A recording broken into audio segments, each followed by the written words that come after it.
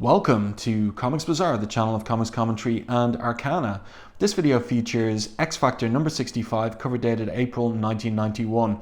This is a stunning cover by Whilce Portacio, inked by Thibert, featuring all 5 members of X Factor. We've got a nice up angle on Iceman there and Archangel, a huge beast here in the foreground, and then Cyclops and Marvel Girl acting in concert together there in the midground. I love the magenta on Cyclops' optic blast. This is part 1 of a 4-part storyline called Endgame, and this will wrap up the original team's presence in the X Factor title before the Moore Island saga and before the development and introduction of a new X Factor team headed up by Havoc. So let's open this one up to our first page, and it opens with X Factor in ship, and Cyclops is programming ship for a training session. So we've got some nice banter there between Cyclops and Beast. Very tricky, fearless leader. Cyclops has programmed a training sequence at level 10, so presumably that's the top level. And Beast says, very tricky, fearless leader, figure on giving us a run for our money. Something like that, says Cyclops. The soul of loquaciousness as ever. One of your more endearing qualities, Scott, did you know? So I really like the banter and dialogue between the characters in this issue. This is Chris Claremont scripting the issue, and of course the man has 16 years experience with these particular characters and really has their voices down pat. And so there's great fun to be had in the interactions between these characters whose associations with each other go all the way back to X-Men number 1 back in 1963. But the lights go off, and in issue 63 of X Factor, you'll find a review of that on the channel as well. Something was up with Ship. There was a little glitch in Ship's system. Everything goes back online, the lights come back on, and Ship says, as best as I can determine the functional equivalent in me of a hiccup. So, and Cyclops asks, and the cause? Undetermined at this juncture. I'm initiating a total systems diagnostic review. So that will get worked out in terms of what's going on there over the course of the storyline.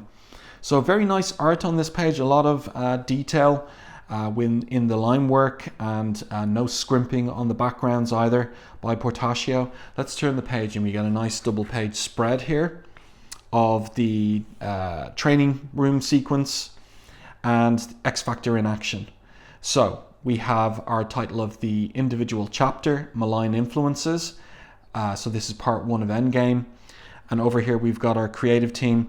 Jim Lee and Whilce Portacio are the plotters of this storyline. So they will be the creative pair taking over the running of the 2 main X titles, Uncanny X-Men and the upcoming Adjectiveless X-Men. Chris Claremont is on board as scripter only, so this is not his story, and indeed he is coming on board after Bob Harras has unceremoniously dumped Louise Simonson from the book, just as he dumped Louise Simonson from New Mutants in favor of Rob Liefeld as the creative force on that particular book. So Claremont taking over. Louise Simonson was Claremont's friend at the time, formerly his editor on Uncanny X-Men, but they were friends, and he rang her up to ask her what she felt about the way that he was going to tie up some of her storylines, and she basically said that she didn't care at all. So he just said to hell with it, and he did what he wanted here in the scripting of the issue. But it works very well. Lee and Portacio's plot and Claremont's dialogue blend really well together. Now there's something that you'll note here if you're watching this in high definition, and that is the reproduction of the line art is not fantastic here on the double page spread, and that is an issue from this particular era. So if you look at Uncanny X-Men 274, that spread of Magneto, Rogue and Kazar with Zabu in the Savage Land, you equally get this fading out of the detail of the line work. So this was a shortcut that was taken in the printing process, whereby the double page spreads were reduced down in size for printing, for the printing plates. And so you get this loss of detail in the fidelity of the line work on the printed page. But if you were to look this up, the original art for this particular double page spread, you would see a hell of a lot more fine detail, as is the case with that double page spread in Uncanny X-Men 274 as well. So that's a shame from the period that we lost the detail in the double page spreads. You can see it particularly here around Iceman. But in any case, the training sequence goes ahead. Iceman's taken aback by the severity of the challenge. Yeah, like heck we did. Have a little mercy, ship. What are you playing for keeps?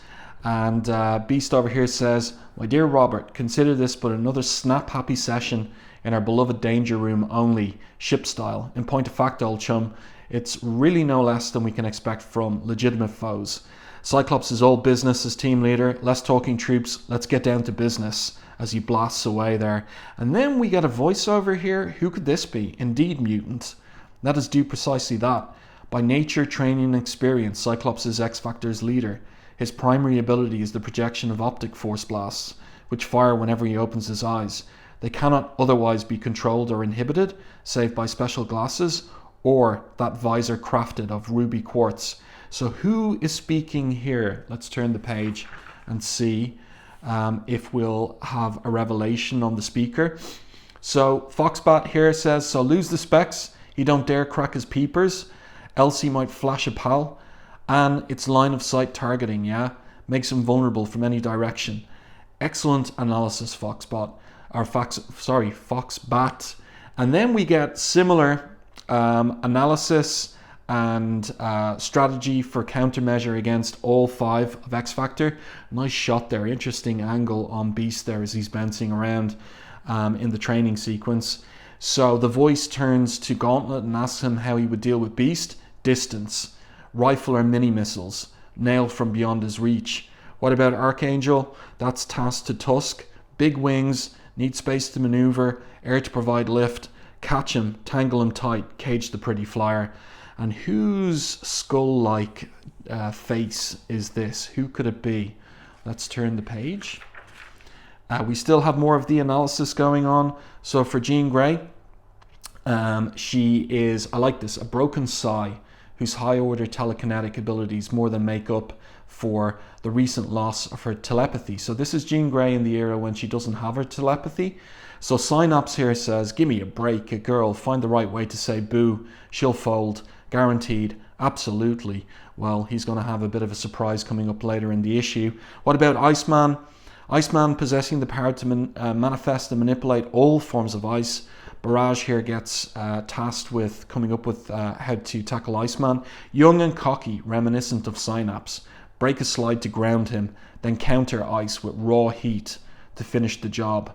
And now we have Hard Drive here, and he's connected with Chip, and Chip is reacting to his intruder program, trying to cast him out. So that was the reason for the glitch earlier, the lights going off with Chip. It was because Hard Drive had infiltrated Chip's systems. So he's commanded to sever the link. You've done your work well, says the mysterious voice. We've seen more than sufficient for our needs. Turn the page. Who could it be? Have you guessed? Of course, it's Apocalypse. Look at that for a nice drawing of Apocalypse as well, with the spotting of blacks and the lighting as well. Very, very cool. So, Apocalypse is impressed with the analysis of his Dark Riders, but he tells them, you would do well not to underestimate X-Factor. However, they are not your target, but instead the ship they call both home and friend, who must be taught once and for all the final terrible fate of those who dare betray Apocalypse, because of course Ship once belonged to Apocalypse before taken away from him by X-Factor. So Portacio and Lee wrapping up long-running plot lines and threads from the series to this point, and Claremont doing a good job with the dialogue so far. Now this is a really nice page. This is classic Whilce Portacio layout, unafraid of white space on the page. So a little less in the way of backgrounds. Probably was able to draw this page a little quicker, but it looks really nice in terms of the layout and the designy nature of the look of the page. So Iceman is unhappy with Cyclops for the severity of the training session. All of X-Factor there on the ground picking themselves up. And he says to Cyclops, he says, "This was an exercise, pal." And Cyclops says, "Which means, Iceman, we don't have to take things seriously?" "You've made your point," says Beast. "Robert, relax. The heck I will." So I like this bickering. Like, these characters have known each other for many years. In Marvel time, at least 7 years. And Iceman continues his tirade against Cyclops. This isn't the army, Psych, and we're not raw recruits. We know what to do. Sloppy and smart aleck we may seem in training, but when the chips are down, we come through. We always have. Cyclops, ever the leader, on whose shoulders leadership hangs heavy, says, "Maybe we've been lucky, or maybe others have paid the price. Yes, we're good, Bobby, but if we'd been better, maybe some of the deaths we've seen could have been avoided." So he walks away. That's a really nice shot of the whole team there. Let's continue with the story. If I can turn the page here. Let's see.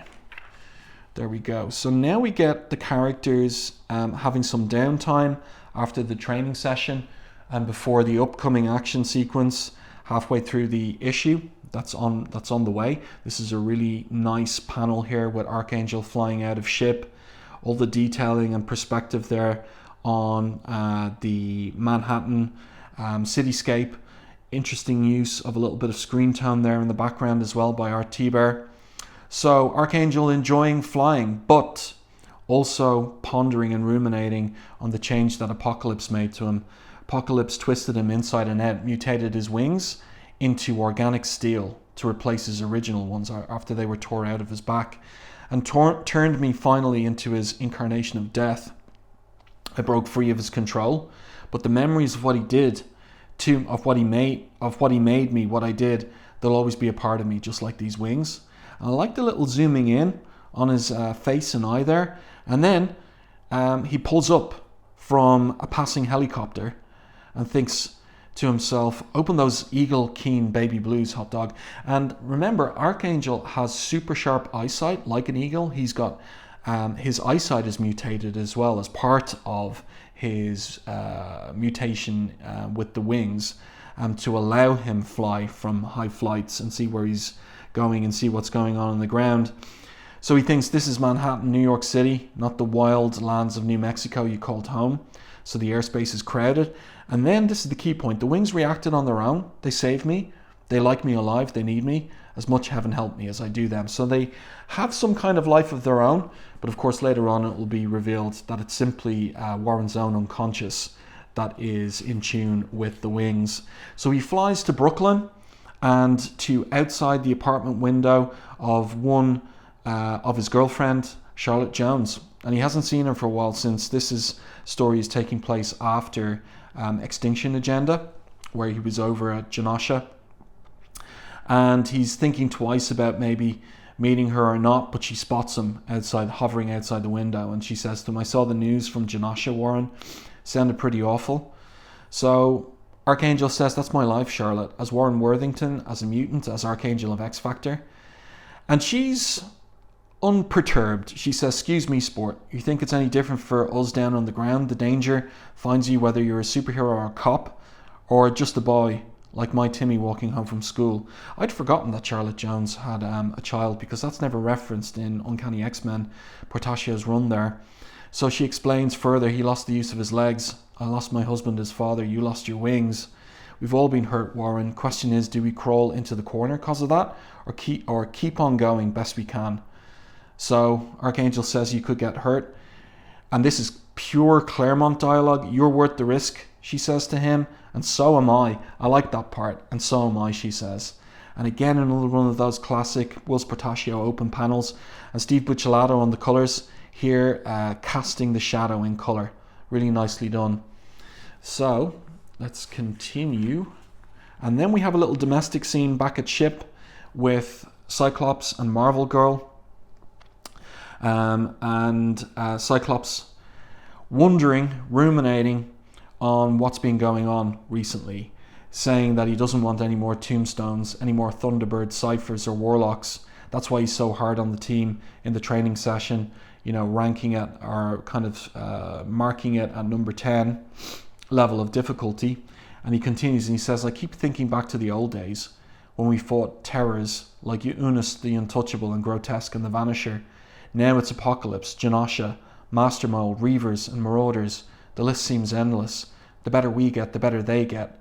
The stakes keep going up, Gene, and with them, this cost of losing and sometimes of winning. We can't afford a mistake. This is a really nice shot of Gene here. I reckon Portacio maybe was using some photo reference there. Very, very nice work on Gene's face, and very fine hatching as well from our Thibert in the inks, and nicely coloured too by Buccellati with the flat colours of the era. Really nice page altogether. So the debate continues. Cyclops is still concerned about the dangers they all face, and Jean steps in and says, and not when Cyclops, well, she makes the point to him. She says, it's not true, isn't true, not altogether. And those carefree, happy-go-lucky days you remember so fondly began with us battling Magneto. So Cyclops has been talking about how things are getting more difficult, more serious, but she's saying that it was serious from the very beginning. And she continued. Now, this is a little issue here with Michael Heisler's lettering, whereby we want to go over here with the speech balloons, but in fact we have to go up here. And not so long afterwards, almost losing our lives against the first generation of Sentinels. Our existence as X-Men and X-Factor has never been that easy. But now, as then, Professor Xavier's dream is worth the price. And now, she says here, making this world a place where all its children are accepted as one. Trust me, mister, believe me, the fight we wage, the good we do, it makes a difference. Cyclops moves in for a kiss. So I like that little kind of dialogue and debate between them, Jean's perspective, and again, it's all in the run-up to the new status quo with the two X-Men books, the Gold Team and the Blue Team, and the reiteration of Professor X's dream in Adjectiveless X-Men #1. And look at this, also a little color hold in the background there for the Manhattan skyscraper background. That's nicely done too. So again, just a lot of work from Portacio on the backgrounds here on some of these pages. Then we pick up with Iceman and Opal. Opal's back from Japan. The two-parter that preceded this, they're in Tower Records there. Nice little detail of the era, 1991. Iceman's come with some ice, an ice rose that he's made her. And off they go after a little bit of banter between them. That's a really nice scene. And all's well in their particular relationship. And then we catch up with the Beast, and he's drying himself off there. This is a pretty hilarious detail with a number of different hair dryers. And he's noting to himself, fur may be cute and thermally useful, but in some respects it's a royal pain. Then he is to business. Memo to Scott, preliminary results of ship's internal diagnostics revealed no anomalies. Procedure ongoing. So hard drive was not found. He exited without leaving a trace. So X-Factor none the wiser about that infiltration of their systems. And then he's watching a news report from Trish Tilby. She's in Saudi Arabia. So this is taking place at the time of Desert Storm, back in early 1991. And Trish is talking about, as with nuclear, chemical and biological weaponry, this is an area which all concerned appear extremely reluctant to get into. Pandora's box. Nobody, including, it is hoped, the other side, once opened. Reporting from the Gulf for WARC TV News, it's Trish Tilby. So Beast says over here, imagine what somebody with the power of Thor or Havoc or Storm could do to those oil fields. If folks are nervous about super beings, especially mutants now, think how they'll feel then. I know it's your job, news hand, but that's a war being fought out there. So do us both a favour, will you? And be careful. It's a really nice sequence as well as he pulls out the video cassette from the player. And look at the detail there on that video cassette. Really great attention to detail from Portacio. And so Beast has a collection of videotapes he's made of Trish Tilby's news reports. Nice little close-up on his face, the profile of his face there. A slight angle as well, like the little flash on his spectacles too. And now we have our adversaries approaching. We're midway through the issue. Staples give that away. Second half of the issue is going to be all action. So they're en route, cloaked to the X-Factor building ship, the sentient ship. And here they all are, nice little uplighting on their faces too. And Cyclops and Beast in dialogue, and then the lights go off as the craft here impacts, crash lands into ship itself. And ship says surface impact, probable violation, hull integrity, but ship is unable to see what has actually crashed into it. So Cyclops, or rather actually this is Beast here, says recircuit your linkages, ship, hardwire, network, Epsilon. It's a new fiber optic system we've been installing as an independent backup to ship's main grid. So I like all this attention to detail, to the tech detail in Claremont's script. He's really putting the work in here. He's not scrimping at all.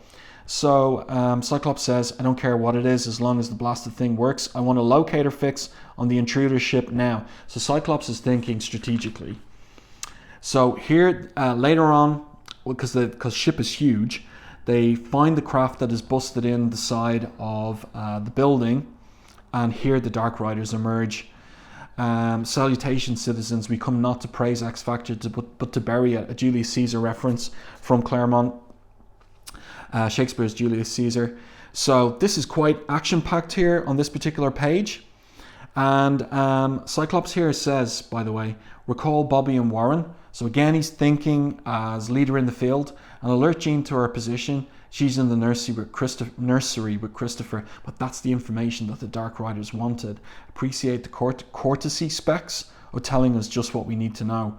So a blunder there from Cyclops, but we won't what's the word, find out exactly the outcome of that blunder until a little later. So Synapse goes after Jean in the nursery, and she's surprised that Ship didn't warn her of the presence. And Synapse says he can't. Poor doomed traitor toy. He's as blind to me as I'm deadly to you. I'm Synapse, sweetie, and as the name implies, my province is the mind. That's a classic Claremont line as well. That's a line that the Shadow King uses. So again, another issue here with where do we go in terms of following the speech balloons. We want to go here, but it's actually down here we need to go for Jean's response. I like the rendering of the astral zone because that's where we are here, the astral plane. My telekinesis is effective only in the tangible physical world. She says, here it's useless. Poor little baby, says Synapse. I hear in old days you were one hot number. Major League Psy, am I right? Telepathy, TK, the whole arsenal. Boss said you got broke though. No more mind reading. Too bad. Must really hurt. You understand what I'm saying? Not being able to pull stunts like this. So he attacks her psychically or stop me from doing worse. So what happens here is he reduces Jean to a pre-adolescent state. And he says to her, you're a real baby now, Red. In form as well as nickname. Too young to manifest any powers. And even if you could, I've taken away all knowledge of how to use them. You're all alone, Jeannie, and all mine. And so she's scared there too. A nice sequence, kind of creepy from Synapse. But this is interesting. And this, of course, is what Portacio and Lee are building up to. They want Jean to re-access her telepathic power for the relaunch of the X-Men books. So here in the narrative captions, Claremont writes, a child again, playing catch with her best friend, and then Annie's dying, all broken and bloody, and snap, impossibly, Jean's inside her head sharing thoughts, memories, terrors, as the lifelight fades, and then snap, impossibly, Jean's inside all her friends' heads. So her telepathy has started working again. It has been unintentionally re-released by Synapse's attack on her in the astral plane. So everybody twigs, the other members of X-Factor twig to the fact that they were briefly silent. They're wondering how could that be? And now they're going at it against the other Dark Riders here. Beast punching, double punching Tusk here in the jaw. And then Tusk also attacked from behind by Archangel. That's a really nice image of Archangel. Whilce Portacio does a really great job on rendering the various quote-unquote feathers of Archangel's wings. That's kind of something that you'd think as an artist, this is going to be a pain in the neck to draw all of this, but Archangel really makes it, or sorry, Portacio makes it really work very well. A lot of detail in this particular anchor image. And then Tusk falls down, and all these little versions of himself come out. So Iceman says here, this is kind of funny, this is cute. Big fella's 4 smaller versions of himself popping out of his back like baby gremlins. My cue to ta-da, put him on ice. So he ices them over. And that is funny, they are like gremlins popping out of the back of the larger figure. And then back on the astral, or in the astral plane, Synops here, overconfident. Open all those doorways, honey bunny. Show me all your secrets. I know it hurts, but hey, I got the power and I'm a nosy kind of guy. You got an objection? Sue me, you know what I mean? So tell me, what's all this about? He's made a mistake. A big mistake. So, back with X Factor, and Archangel sets down behind Cyclops and Beast and says, I heard Jean before Psych over a mind link. Cyclops replies, I know, Archangel, we'll go for her as soon as we finish the last of the opposition. So they're facing off against Gauntlet here, and then he just stops in his tracks, just folded up and dropped. And Beast asking, have I got that intimidating a visage? And of course it's Jean, so she's arriving here. A cute cuddly critter like you, Hangster, perish the thought. Jean, you're all right, he says, except for a devil of a headache, which I think is nothing compared to what Synops will have to endure when he wakes. I'm right as rain. Sorry for telekinetically shutting Gauntlet so completely down, but he has an extraordinary array of lethal hardware and no compunctions about using it, even if it meant sacrificing his own life. I couldn't take the risk. So Cyclops has got no complaints, but he asked the critical question, but how did you know his name and capabilities? And her response is, that's strange, I just did. So she's not 100% aware that her telepathic abilities have been released by Synops probing deep, deep, deep into her psyche. But now they've got a fresh problem. The attack craft, says Iceman. Cyclops, look. And Beast here says, our celebration, it appears, was a trifle premature. So let's turn the page and see what's happening. So the craft is sending out these tendrils, these wires that are digging into ship. And Cyclops asked for a status report. Ship, respond at once. What's your situation? But Ship is silent.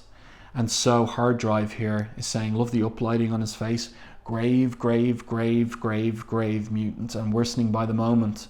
Infiltration initiated, Lord Apocalypse, proceeding with infection of primary cybernetic core.